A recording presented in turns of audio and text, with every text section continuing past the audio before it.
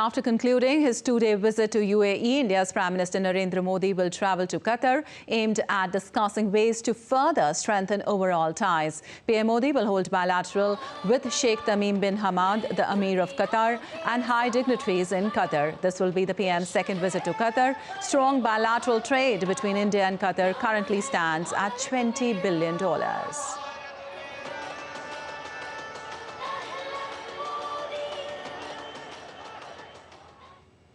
Well, the International Energy Agency could be getting a new member, that is India. The government has signed a formal request to join the energy agency, and according to its chief, Fatih Birol, the accession process has now begun. Tony Waterman has more from Paris, where the IEA is hosting global energy and climate leaders for its annual ministerial meeting. This is just the first step in what is likely to be a long process. The IEA right now is composed of 31 member countries, and for India to join the pack, it will have to meet certain criteria. It will need to have the equivalent of 90 days of energy on hand that the government could tap into if there is a global disruption to oil supply. It will need to have a plan in place to reduce oil consumption by up to 10%, and it will need laws to ensure all oil companies under its jurisdiction report information upon request. But the most immediate hurdle is perhaps a requirement that all IEA candidate countries also be members of the Organization for Economic Cooperation and Development, which India currently is not. So this could take a while, but for India, which has the largest population in the world and is one of the fastest growing economies in the world, this is a big step towards securing sustainable energy supplies. Becoming a member will give it access to world-class analysis and policy recommendations. Now, this request comes as global climate and energy leaders from around the world meet here in Paris for a two-day conference where they are taking stock of the latest developments in the oil and renewable markets. Among them, U.S. climate envoy John Kerry, who tried to allay concerns that a second Trump presidency could derail green energy development, saying the momentum can't be stopped, even if Trump makes good on his promise to pull out from the Paris Climate Accord and unleash the production of domestic energy, as Trump calls it. Tony Waterman in Paris, France, reporting for DD India. Also, India has been at the forefront of supporting action-oriented steps at level in response to climate change. India's permanent representative at the United Nations, Ruchira Kamboj, said India will always be a champion for climate action and climate justice. India will always be a champion for climate action and climate justice. We feel that climate change is interlinked with development matters and hence needs discussion in forums with universal participation. Choosing to place the issue of climate change in forums other than the UNFCCC, especially those where all members do not sit on an equal footing, may undermine the larger cause of securing equity and climate justice. She added India has been championing the cultivation, production and marketing of millets, bolstering food security. There is also the need to look for more resilient and viable options to meet global food security needs. Anticipating precisely such challenges, India has been championing the cultivation, production and marketing of millets. Millets which are climate resilient and climate-friendly crops for bolstering food security. Well, India remembers the brave hearts on the 5th anniversary of Pulwama attack in 2019. On 14th of February, 40 Indian security personnel were killed in a terrorist attack that was attributed to Jaish-e-Mohammed, a Pakistan-based and aided terror organization led by an internationally prescribed terrorist, Masood Azhar. Remembering the service and sacrifice of our brave heroes in Pulwama, Prime Minister Narendra Modi in a tweet wrote, and I quote, "I pay homage to the brave heroes who were martyred in Pulwama. Their service and sacrifice for our nation will always be remembered," unquote.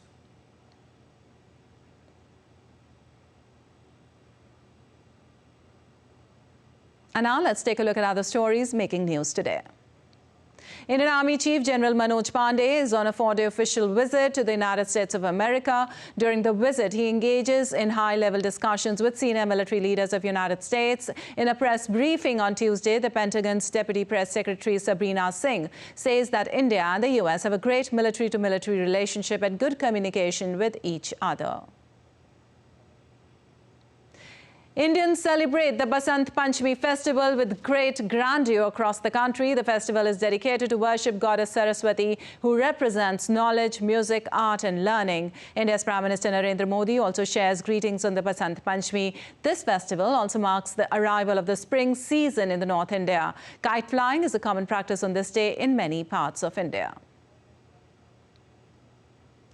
The renowned Surya Kiran aerobatic team of the Indian Air Force is all set to enthrall the audience at the air show scheduled to be held on 16th of February at Air Force Station Bagdogra in India's West Bengal. Formed in 1996, Surya Kiran aerobatic team is among the very few 9 aircraft aerobatics teams in the world and is the only one in Asia. And still to come on DD India News Hour. NATO defense ministers to get together in Brussels to focus on bolstering support for Ukraine and increase in defense spending across the 31-member alliance.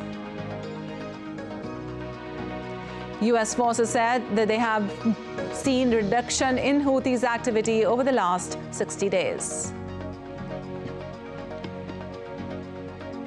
And marking the arrival of the Year of the Dragon, a glittering drone show featured a 300-meter-long Chinese dragon in Dubai, UAE.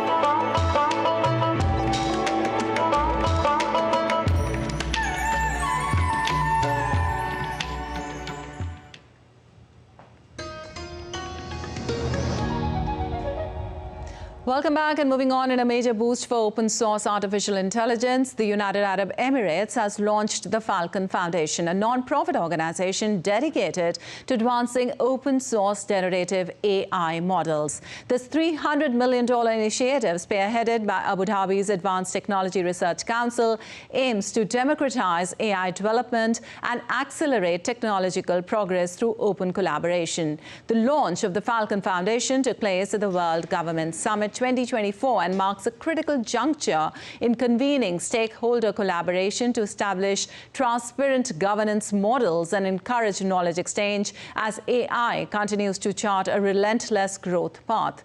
The Falcon Foundation will create an open ecosystem for stakeholders, developers, academics, and industry players to contribute and benefit. Transparency and knowledge exchange are key, with renowned AI scholars and industry leaders playing vital roles.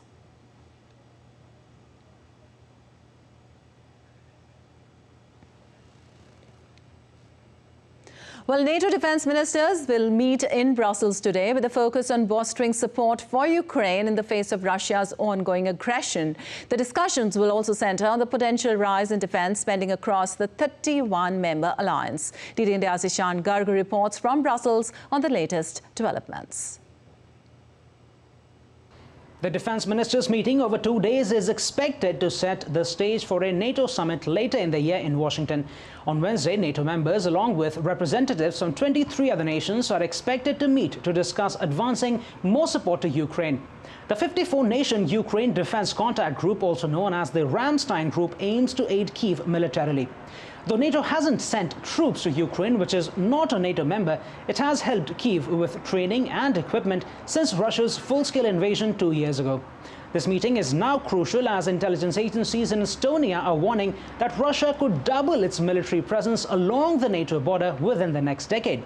On Thursday, NATO ministers will meet for a second time. U.S. Secretary of Defense Lloyd Austin, who was hospitalized due to a, quote, emergent bladder issue, isn't attending in person. He is expected to join virtually, though, as member nations mull over boosting spending on defense. The meeting of NATO defense ministers comes at a time when Ukraine is urging for more military aid, and concerns are growing in Europe about the U.S. pulling away from the alliance if Donald Trump is elected as president later this year. European leaders say NATO is the backbone of the continent's defense architecture.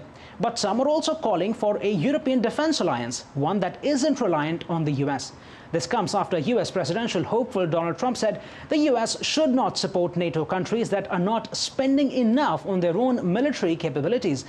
Brushing aside these comments, NATO says member nations remain committed to each other's defense. Ashan Garg in Brussels, reporting for DD India. Well, President Joe Biden on Tuesday commented about NATO on his likely 2024 election opponent, Donald Trump, calling them dangerous and un-American, and saying they raised the stakes for the U.S. Congress to approve a new funding to support Ukraine.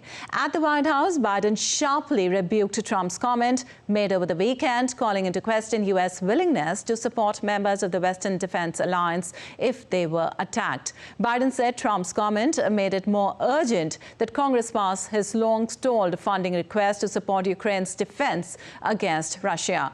Biden said failing to support Ukraine war funding would amount to support for Russian President Vladimir Putin, added that his attacks may move beyond Ukraine's borders deeper into Europe. The bill provides urgent funding for Ukraine so it can keep defending itself against Putin's vicious onslaught. We've all seen the terrible stories in recent weeks. Ukrainian soldiers out of artillery shells, Ukrainian units rationing rounds of ammunition to defend themselves, Ukrainian families worried that the next Russian strike will permanently plunge them into darkness or worse. This bipartisan bill sends a clear message to Ukrainians and to our partners and to our allies around the world. America can be trusted.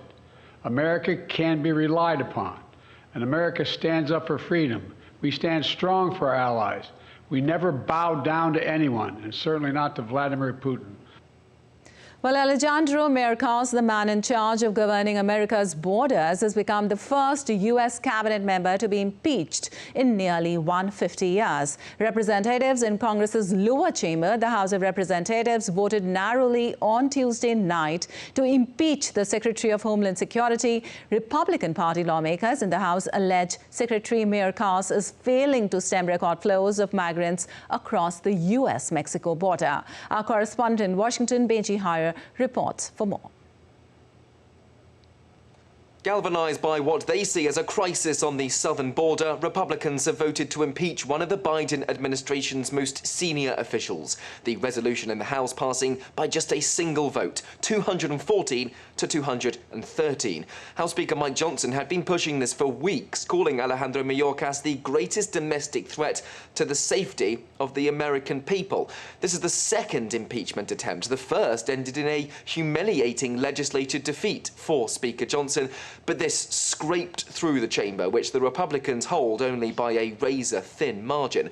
The White House is dismissing the impeachment drive as a stunt, a distraction. President Joe Biden, in a statement, slamming it as a blatant act of unconstitutional partnership that's targeted an honourable public servant. History, he goes on to say, will not look kindly on House Republicans who have to decide whether to join us, he says, to solve the problem or to keep playing politics with the border. Secretary Mayorkas insists he doesn't bear responsibility for the border situation, blaming it instead on a broken immigration system that Congress should fix.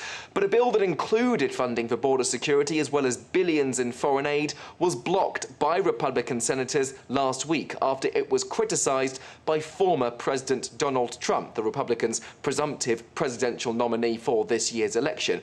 He won the presidency, of course, in 2016 with a pledge to build a wall on the Mexican border, claiming rapists were being sent across it. And he's recently been roundly condemned for calling immigrants vermin who are poisoning the blood of the country. Trump denies claims that his rhetoric mimics language used by the Nazis. Back to Mayorkas, well, his impeachment measure now goes to the Democrat Party-led Senate, where he'll likely be acquitted and therefore still in a job. Benji Haya in Washington, reporting for DD India. And State Department spokesperson Matthew Miller said that the United States is reviewing reports that Israel has harmed civilians in the war under a set of guidelines aimed at ensuring countries receiving U.S. arms conduct military operations in line with international humanitarian law on Tuesday. We do seek to thoroughly assess reports of civilian harm by authorized recipients of U.S. provided defense articles around the world, including under the Civilian Harm Incident Response Guidance, the CHIRG. We can't comment on the specifics of ongoing reviews, but as we have said before, we are reviewing incidents in the current conflict according to the process set out in the CHIRG. That process is not intended to function as a rapid response mechanism. Rather, it is designed to systematically assess civilian harm incidents and develop appropriate policy responses to reduce the risk of such incidents recurring in the future and to drive partners to conduct military operations in accordance with international humanitarian law. Further, Miller said U.S. is exploring all available alternatives to sustain aid in Gaza, despite the possibility that Congress may pass legislation barring funding for United Nations Relief and Works Agency for Palestine refugees. As you know, we have suspended our funding. I know other countries have done the same. I know we've done that in good faith because we think it's important to see the results of the investigation, and it's a legitimate thing for other countries to want to wait and see the results of the investigation and how under a response that investigation as well. But of course, we are always looking at all available alternatives. Well, U.S. forces said they have successfully protected 2,000 merchant vessels that have transited through the Red Sea. U.S. Navy Commander Mark McGuire said the U.S. forces have seen a reduction in the Houthis' activity over the last 60 days. Houthi militants in Yemen have repeatedly launched drones and missiles against international commercial shipping since mid-November. The attacks have prompted several companies to halt Red Sea journeys and opt for a longer and more expensive route around Africa. Well, the White House pressed the U.S. House of Representatives to move swiftly on the $95.34 billion aid package for Ukraine, Israel and Taiwan passed by the Senate on Tuesday. I think today's a pretty optimistic sign that it got through the Senate. It sends messages. If we don't get this done, it sends messages not just to allies and partners, but to potential adversaries as well, that the United States can't be counted on, that we're not interested in being a leader on the world stage. And Ukraine Defense Minister Rustem Umerov and newly appointed Armed Forces Commander Alexander Syrsky discussed Kyiv's military plans for 2024 with the Supreme Commander of the NATO Armed Forces in Europe and the Commander of the Security Assistance Group, Ukraine, Umerov said on Tuesday. Colonel General Syrsky, who has led Ukraine's ground forces since 2019, was promoted to Commander of the Armed Forces last week as the war with Russia nears its third year. He replaced Valery Zelazny. The parties also discussed Ukraine's need for more electronic warfare equipment to combat Russian drones and the importance of rotating the fighters on the front lines, Umerov added. Well, Ukraine's Deputy Prime Minister Olha Stefanishyna and Farm Minister Mykola Styliski have stated that terms for the integration of Ukraine's agricultural sector into the European Union will be determined during negotiations and denied Kyiv was considering seeking an easing of the EU's Green Deal requirements. Ukraine, which has a huge agrarian complex capable of feeding hundreds of millions of people, was invited to join the EU last year and will start sectoral talks on its accession in March to harmonize its legislation with EU requirements. Kyiv could be eligible for 96.5 billion euros in subsidies from the EU's Common Agricultural Policy over 7 years if current rules applied to an expanded union. And moving on, Russia's parliament will vote on February 21st on suspending Moscow's OSCE participation, Vyacheslav Volodin, Speaker of the Russian Parliament Duma, announced on Tuesday. Volodin described the OSCE Parliamentary Assembly and an organization absolutely lacking independence. The OSCE, which counts Ukraine, the US and Russia among its 57 members, is the successor to a Cold War-era organization for Soviet and Western powers to engage. Both chambers of the Russian Parliament, the Duma and the Federation Council, will vote simultaneously on suspending participation and on stopping Moscow's payments to the OSCE, Volodin added. And Indonesian voters queued under heavy rain in capital Jakarta as the nation kicked off for presidential and general elections. Voting begins to choose not only a new president and vice president, but also parliamentary and local representatives. The presidency is being contested by the current defense minister, Prabowo Subianto, and two former governors, Anies Baswedan and Ganjar Pranowo. More than 200 million of the 270 million population are eligible to vote. About 20,000 national, provincial and district parliamentary posts will be contested by tens of thousands of candidates. Around 10,000 hopefuls from 18 political parties are running for the national parliament's 580 seats alone. Meanwhile, residents of the Demak Regency in Central Java in Indonesia will not be voting for the next president in the nation's presidential election as their polling stations and homes are submerged in flood waters. Voting has been delayed for the residents of the sub-district and the surrounding villages, which are flooded, affecting at least 21,000 voters, according to the National Disaster Mitigation Agency. And still to come on DD India News Hour, Peruvian President Dina Boluarte named replacements for 4 key members of her cabinet.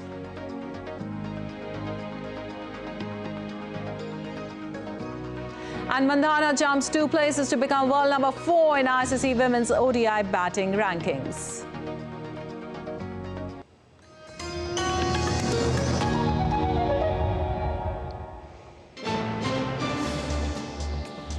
Voice of a rising aspirational world. Stories of challenges, struggles and accomplishment. A world battling conflict, hunger and poverty. Embracing growth, development, science and technology. A voice of progress, a voice of unity. Watch Voice of the Global South with me, Akshay Dongre, only on DD India.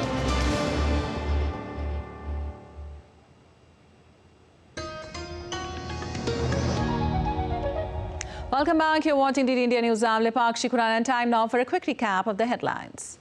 Celebrating friendship, Indian Prime Minister Narendra Modi chairs India-UAE bond at Ahlan Modi event in Abu Dhabi, will inaugurate BAP's temple in Abu Dhabi today.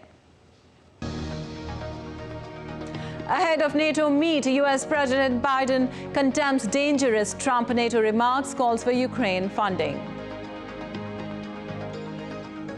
Amid heavy rains and flooding, millions of Indonesians vote for a new president as the world's 3rd largest democracy aspires to become a global economic powerhouse. Suspense in Pakistan ends. Former Prime Minister Shehbaz Sharif to be candidate for Pakistan's Prime Minister. Zardari calls for reconciliation. And 2-time Olympic medalist from India, shuttler PV Sindhu, made a winning start at the Badminton Asia Team Championships 2024 as she beat China's world number 8, Han Yu. And in Pakistan, former Prime Minister Shehbaz Sharif is set to retake his position as the next premier while leading a new coalition alliance formed between different parties after national elections last week returned a hung parliament. The Pakistan People's Party, PPP, announced its support to Sharif's party on Tuesday to form a minority government. This ended the stalemate after inconclusive elections in the nuclear-armed nation led to days of political uncertainty. Shehbaz Sharif belongs to his brother Nawaz Sharif's Pakistan Muslim League Nawaz, PMLN, which is the largest recognized party with 80 seats, and PPP is second with 54. Together, the two parties have enough for a simple majority in the 264-seat legislature. The co-chairman of the PPP, former President Asif Ali Zardari, told a news conference his party expects former Premier Imran Khan's Pakistan Tehreek-e-Insaf to be part of a reconciliation process. तय किया है कि हम आपस में मिल बैठ के हुकूमत बनाएंगे इंशाल्लाह। रिकन्सिलिएशन भी करनी है और रिकन्सिलिएशन में पीटीआई भी शामिल है। ये नहीं है कि हम चाहते हैं कि पीटीआई रिकन्सिलिएशन में ना आए, वो भी आए। हर पॉलिटिकल फोर्स रिकन्सिलिएशन में आए। Well, even after the selection of Pakistan's Prime Minister, accusations of it being rigged are flowing. Several political parties and candidates have called for protest against the results. However, caretaker Prime Minister Anwarul Haq Kakar rejected the accusations. Hafiz Naim-ur-Rahman, the head of the Karachi chapter of Party of Jamaat-e-Islami, announced his decision to resign from his provincial assembly seat due to electoral irregularities. धांधली का लफ्ज़ बहुत छोटा है और यहाँ तो आरोज़ के नतीजे, लिखे हुए नतीजे पढ़ के सुनाए गए हैं। मैं समझता हूँ कि ये पूरा जो जमहूरियत है उसके ऊपर हमला है और ये डाका है अवामी राय के ऊपर, और ये हमारे आइन और कानून की खिलाफ वर्जी है। और जो लोग भी इसके मुर्तकिब हैं उन्होंने पाकिस्तान के साथ अच्छा नहीं किया, जमहूरियत के साथ अच्छा नहीं किया। अवामी राय का एहतराम करना चाहिए, जो जीता है उससे जीतने दो, जो हारा है उसको हरा दो, किसी को इजाफी कोई चीज़ नहीं मिलनी चाहिए। And moving on, Peruvian President Dina Boluarte named replacements for 4 key members of her cabinet, including a new economy chief as well as the new energy and mining minister. Boluarte made the announcements in a televised ceremony from capital Lima. Economist Jose Artista was named to succeed outgoing economy minister Alex Contreras, who announced his resignation in a post on social media. Boluarte also tapped Romulo Mucho to replace the country's energy and mining minister, Oscar Vera. Boluarte also picked Walter Astudillo to serve as her new defense minister, while Juan Carlos Castro will take over as the country's next environment chief. And now let's take a look at other stories making news around the world. Rio Street Carnival continues with revelers singing and dancing to samba music at Club de Samba, Bloco Street. Rio's hundreds of neighborhood groups known as Blocos have become victims of their success, attracting crowds so large that musicians struggle to break through the gridlock. Rio's tourism agency, Rio Tour, predicts over 5 million people will flock to these Blocos in 2024. Red Harlequins in Venezuela's Colonia Tovar celebrated Carnival, a tradition that revives the community's German roots. Dressed as jokingly an 18th century German figure, they danced with a stick attached to a bloated pig's bladder, a tradition originating from Jokeli celebrations in Endingen, Germany over 240 years ago. Dinosaurs, the first creatures named 200 years ago, have been a subject of fascination and research for over 200 years. The discovery of dinosaurs in the 1960s sparked the dinosaur renaissance and debated whether dinosaurs were warm or cold-blooded. Today, over 2,000 dinosaur species are known, and advances in technology, including artificial intelligence, are seen as the next frontier for understanding dinosaur evolution.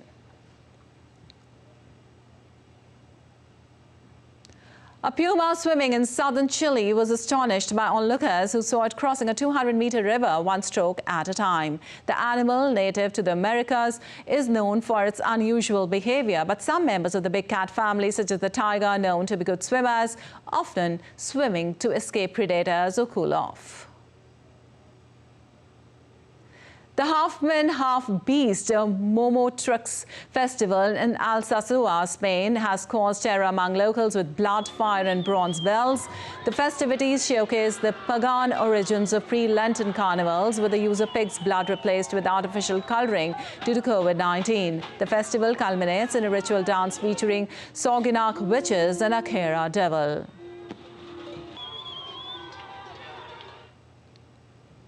Well, Mexican armed forces have dismantled a clandestine meth mega laboratory in northern Sonora state, marking the largest drug laboratory busted under the current administration. The Navy seized 4.13 metric tons of meth and 1.27 tons of precursor chemicals used to make the synthetic drug.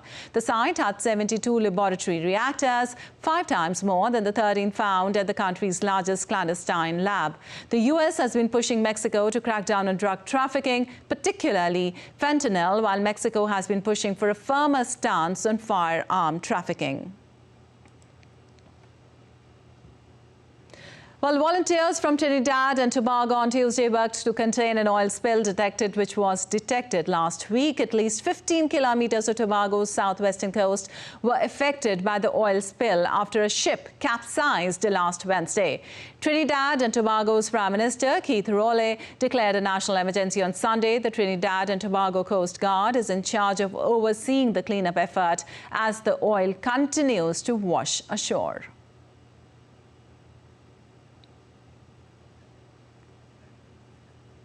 Well, Australia's battling erratic weather, triggering bushfires on Wednesday. The wild weather left one dead in south of Victoria State. Hundreds of thousands of residents remained without after strong winds knocked down transmission lines. Train services on some Melbourne routes were suspended and schools and the childcare centres were closed.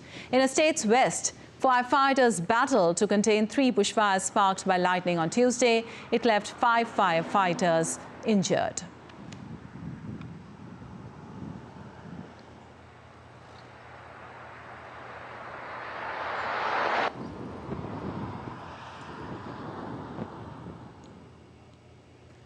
And on to some weather news now. New York has been hit by the biggest snowstorm in at least 2 years. Public schools were closed and thousands of people in the U.S. Northeast lost power due to the storm. Hundreds of flights into and out of New York's airports were also cancelled due to the snow. William Denselor reports for more from New York.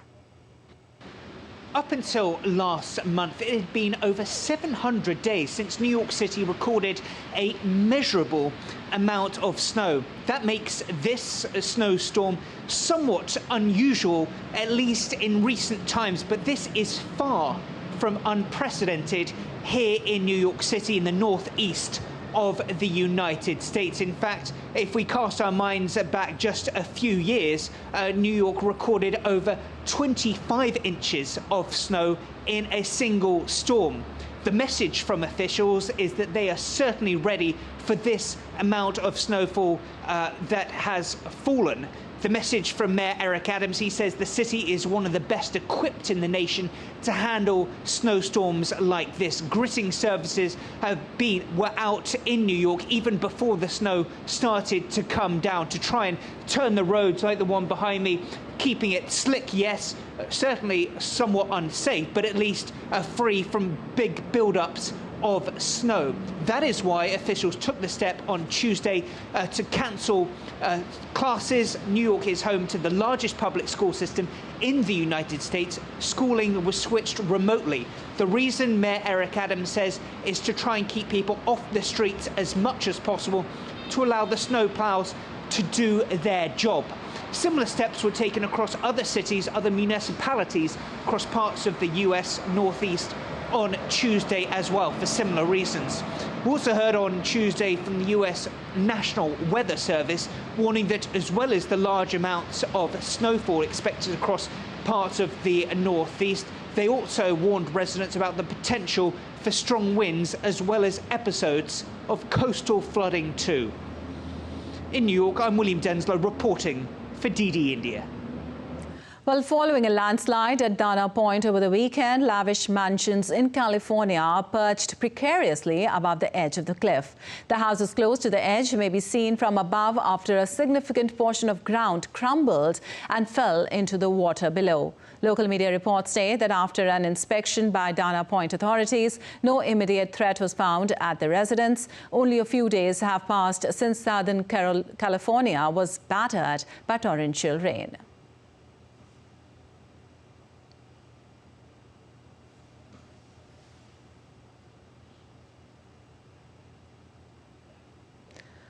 Also, a landslide in eastern Turkey on Tuesday left 9 miners missing. A giant mound of soil, which authorities said had been processed for gold and piled on the hills, crumbled into the valley. Interior Minister Ali Yerlikaya said 400 search and rescue workers were looking for the missing miners.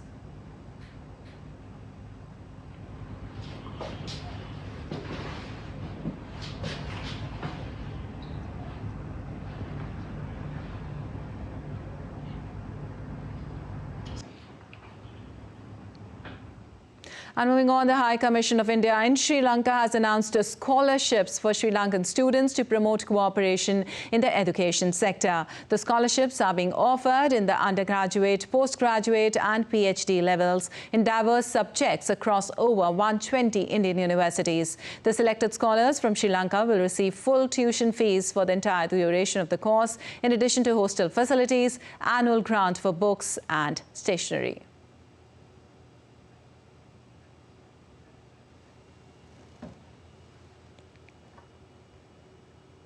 Well, artificial intelligence is reshaping many fields, including the music industry, which has started to use AI tools for many aspects of the production process. The technology featured prominently at a recent music industry trade show in California, although ethical concerns remain. Ira Spitzer reports for more. Artificial intelligence took center stage at the recent National Association of Music Merchants trade show that took place in Anaheim, California. A number of sessions at the event were devoted to the many ways in which the technology can be used, like assisting in music production or, in some cases, to actually create music on its own. One guitar maker at the event even showed off a guitar he'd built that was designed entirely by using AI prompts. Another recent high-profile use of AI was the Beatles releasing a new song last year by using AI-based technology to isolate John Lennon's voice from a 1978 demo recording. While there's excitement about that potential, there are also concerns about a number of issues. One of the major concerns is copyright. Last year, a song went viral on TikTok that sounded like a collaboration between the artists Bad Bunny and Justin Bieber. However, that turned out to be AI generated, and the artist had nothing to do with it. While TikTok ultimately took the video down, the incident may be a glimpse into the type of battles we're likely to see. One thing seems to be clear: AI technology is here to stay and is only getting more powerful.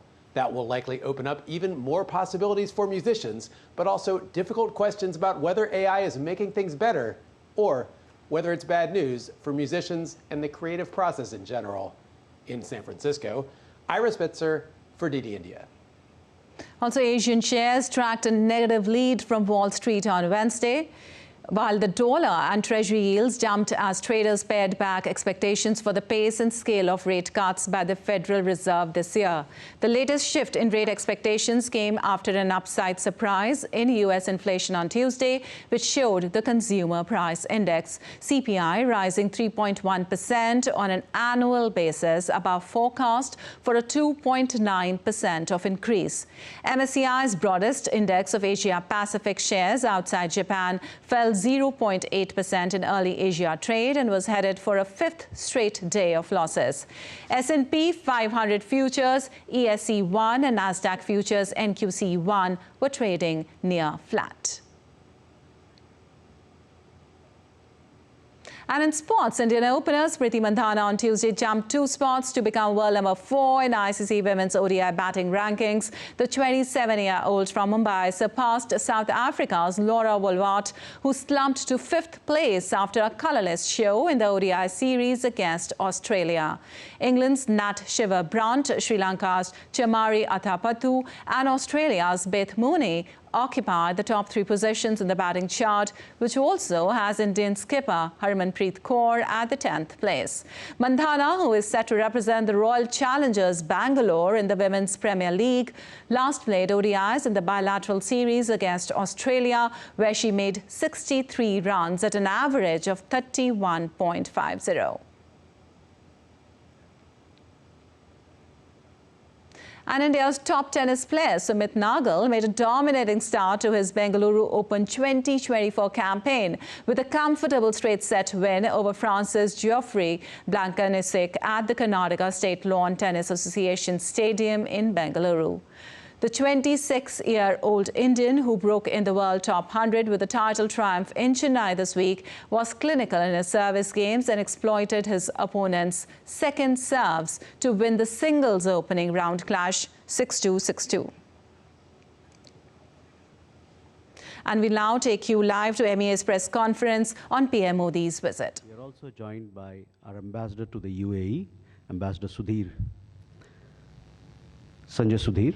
And also joining us on the dais is Joint Secretary in charge of Gulf countries in the Ministry of External Affairs, Shri Asim Mahajan. With that, I invite Foreign Secretary to make his opening remarks.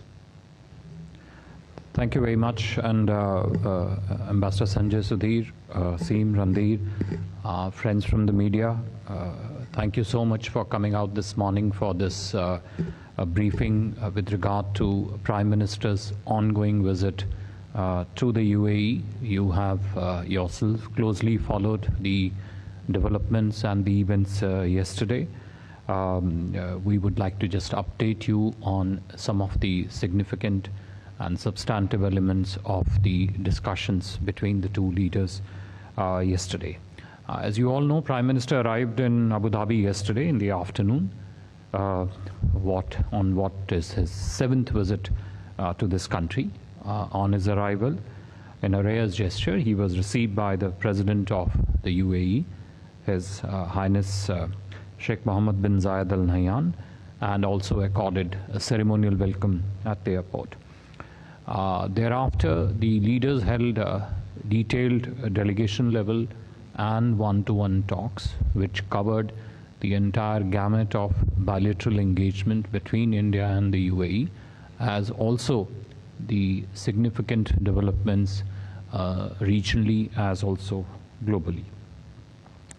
They also witnessed a transaction made using the Jeevan card, and Prime Minister congratulated the President with regard to the launch of UAE's domestic Jeevan card, which is another significant step in financial sector cooperation between India and the UAE, because the Jeevan card has a considerable interface with the RuPay card of Government of India. There were 10 MOUs, agreements that were signed. I would just take this opportunity to highlight to you some of the key aspects of each of these agreements, because it is our assessment that these agreements are quite significant and important in taking forward the relationship between India and UAE across the whole range of areas. The first one that was signed was MOU on cooperation in the field of electricity connection and trade. The objective of this particular MOU is to focus on strengthening our partnership in two crucial domains. One, relating to energy security, and two, relating to energy trade. Obviously, clean energy trade is an important segment of this MOU. This would focus naturally on green hydrogen and also on energy storage. Naturally, the collaboration that deals with investment, policy research, R&D, innovation across this entire sector of clean and green energy would also form an important segment of partnership under this MOU. The second one, which I would like to highlight, is the agreement on intergovernmental framework concerning cooperation on the India-Middle East Economic Corridor. Now, you are all aware that the IMEC, India-Middle East Economic Corridor, was launched during the G20 summit meeting in New Delhi, and this agreement builds collaboration and also looks at specific things that the parties would do to promote cooperation in this space. The main areas under this particular agreement which are covered are: one, relating to cooperation on logistics platforms, which is a crucial element of furthering the objectives of this particular corridor. Two, provision of supply chain services. Now, supply chain services not just limited to one or two things, but to cover all types of general cargo, bulk containers, and liquid bulk. Now, the whole, one of the aims in this is to see how quickly the IMEC, which was launched, gets operated and benefits the core objective of a stronger, deeper, more extensive regional connectivity between the parties involved. The third is the MOU between the Ministry of Investment of the UAE and the MeitY, that is the Ministry of Electronics and Technology, on cooperation on digital infrastructure projects. Now, this is a framework agreement that focuses on investment cooperation in the field of digital infrastructures. Naturally, as a corollary of that, the focus is on developing capabilities, sharing technical knowledge, advice, skills, and expertise under this particular framework. Government agencies, as also the regulatory authorities, will also look to forge partnership under this particular digital infrastructure MOU. This would focus on some of the key areas of digital space that includes high power computing, digital innovation, and the platforms relating to management of data. The fourth one was the bilateral investment treaty, a very important and a significant agreement between India and UAE that will set the basis for a stronger and more extensive and wide-ranging investment partnership, because it focuses not just on protecting the existing investments, it also advances the objective of promoting further capital flows between the two economies. Then there's the MOU on development of National Maritime Heritage Complex. This is a National Maritime Heritage Complex at Lothal, Gujarat, and the two sides will work closely, and the relevant departments will work closely to develop this project in a comprehensive fashion. Then there is agreement. There's a cooperation protocol actually between the National Library and Archives of the UAE and the National Archives of India.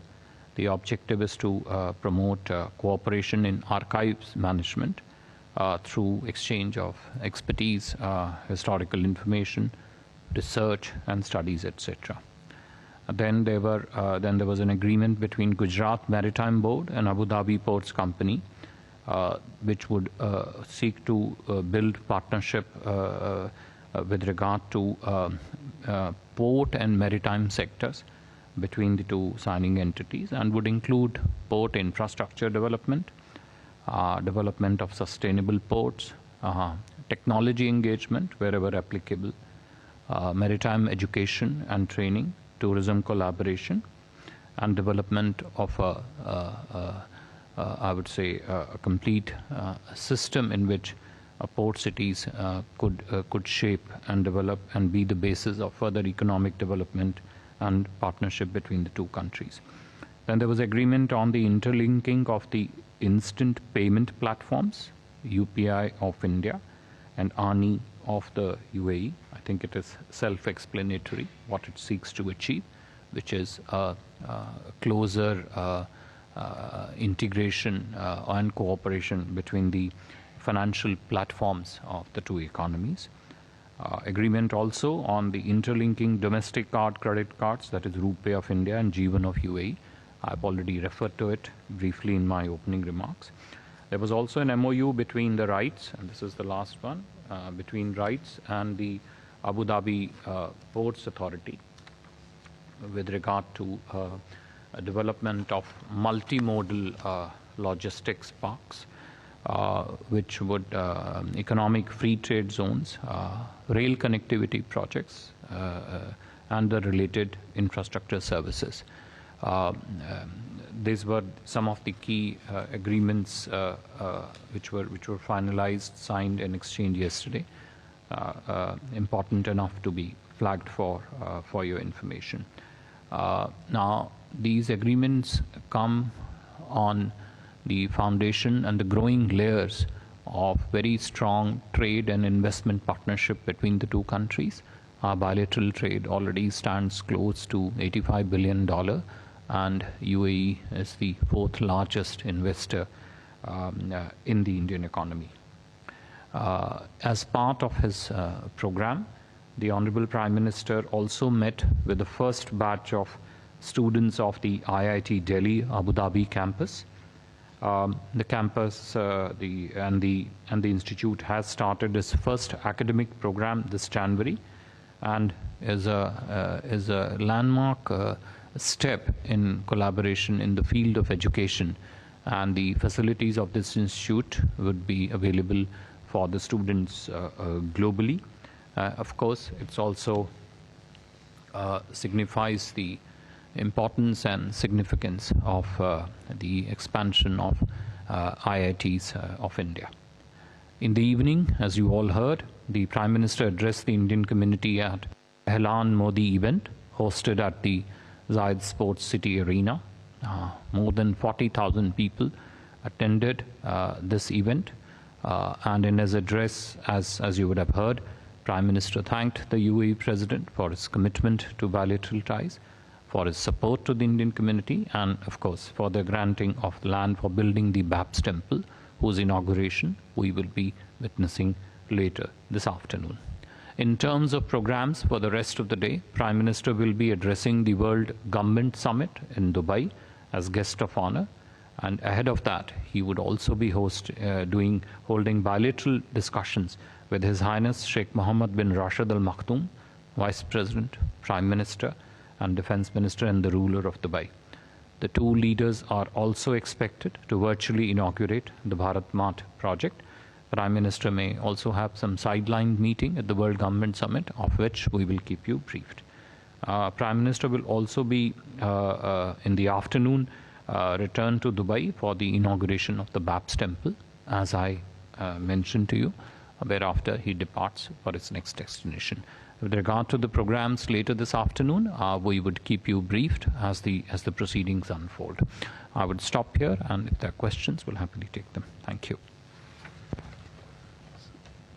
Thank you. Can we start with Siddhant and then Arushi? Hi, sir. Siddhant from Vion. Sir, my question to you is, India-UAE relationship has been traditionally focused on energy. The Prime Minister was addressing the IIT, the first batch. So are we looking at diversification of the relationship into other fields, especially when it comes to education? And secondly, my second question is on the framework agreement which has been signed on India, Middle East, and Europe corridor. What kind of conversations took place between the two leaders on this specific corridor? Arushi.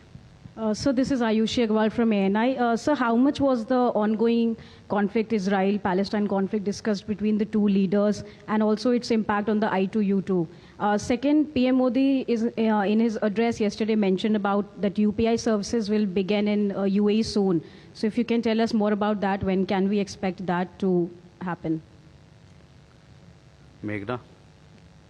Sir, was the situation, Sir, Meghna from DD News. So was the situation in the Red Sea discussed in the meeting between both the leaders? I have another question as well regarding the MOU which was signed when President Nayan was in Gujarat for the Vibrant Gujarat Global Summit, and MOU was signed in terms of food park projects. Was there any discussion on that or any areas that have been earmarked for it? Please. आप sir, मैं ब्रिजमोहन सिंह रघुवंशी हूँ। मैं साधना समूह और TV Asia के behalf पे ये प्रश्न पूछना चाह रहा हूँ। जैसा कि कल हम लोग ने देखा सर, ना कि सिर्फ भारतीय समुदाय के लोग थे, यहाँ पे यूएई के भी तमाम ऐसे जो खास तौर से जो यहाँ के जो सिटीजन्स थे वो भी कल मोदी जी को सुन रहे थे। और एक बड़ी एक घटनाक्रम हुआ जो कि पॉजिटिव रहा। 2 दिन पूर्व कतर में लगभग जो 7 नेवी के जो अफसर थे जिनको मौत की सज़ा सुनाई गई थी, उनको आदरणीय प्रधानमंत्री जी के और आप बायलैटरल रिलेशंस की जो आप बात कर रहे हैं उसके तहत उनको छोड़ दिया गया। तो ये माना जाए कि सर आने वाले समय पे भारत के रिश्ते ना कि सिर्फ यहाँ इस्लामिक देशों के अलावा अन्य देशों में भी इसी तरह से होंगी कि कोई कभी ऐसी घटना अगर कभी होती है जिसमें हमारे भारतीय नागरिकों की कोई स्थिति खराब हो सकती है, तो उसमें आप लोग के सहयोग से विदेश मंत्रालय की तरफ से इस तरह के प्रयास आगे भी किए जाएंगे?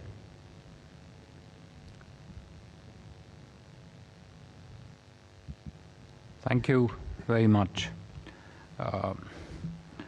Siddhant, some of the questions in the room are kind of interlinked with each other, so may sort of go to them interchangeably.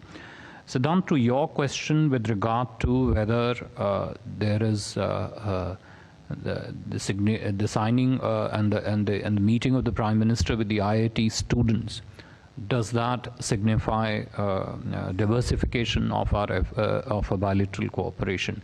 I think if you look at the trajectory, if you look at the spread, if you look at the intensity of India-UAE cooperation in the last 10 years, and I would make a point of correction here when you said that India-UAE partnership is focused on energy.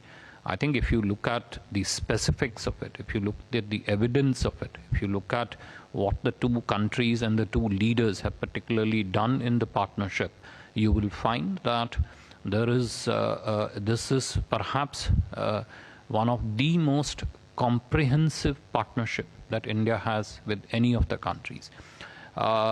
You can take any segment of economic endeavor and you will find there is an ongoing cooperation between India and UAE in that field. So I am not very sure if it would be correct to confine it to begin with itself in the energy sector. I think to begin with itself, it has a very wide base. Yes, the launch of the IIT Abu Dhabi, IIT Delhi Abu Dhabi campus does signify an entry into a very important area of education per se, and also what education does to people-to-people connectivity. What it also does to the entire sector of cooperation, which has a tangent link to the innovation sector. I just listed out to you 10 agreements that clearly tell you that the continuing leadership-driven impetus to this partnership has expanded it to pretty much all areas of economic activity that the states engage in, that our societies engage in. We already started with a very strong base, but I think everybody would recognize that that base has not only widened, it has deepened, and also there are further layers of stronger and deeper cooperation in many areas in this field.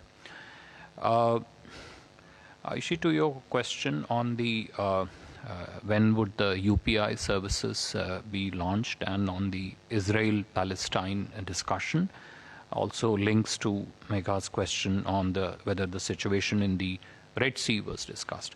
As I mentioned to you in my opening remarks, the developments in our region, in this region, they have been a very important element of discussions between the two leaders, not just yesterday when they met, but even in their previous meetings.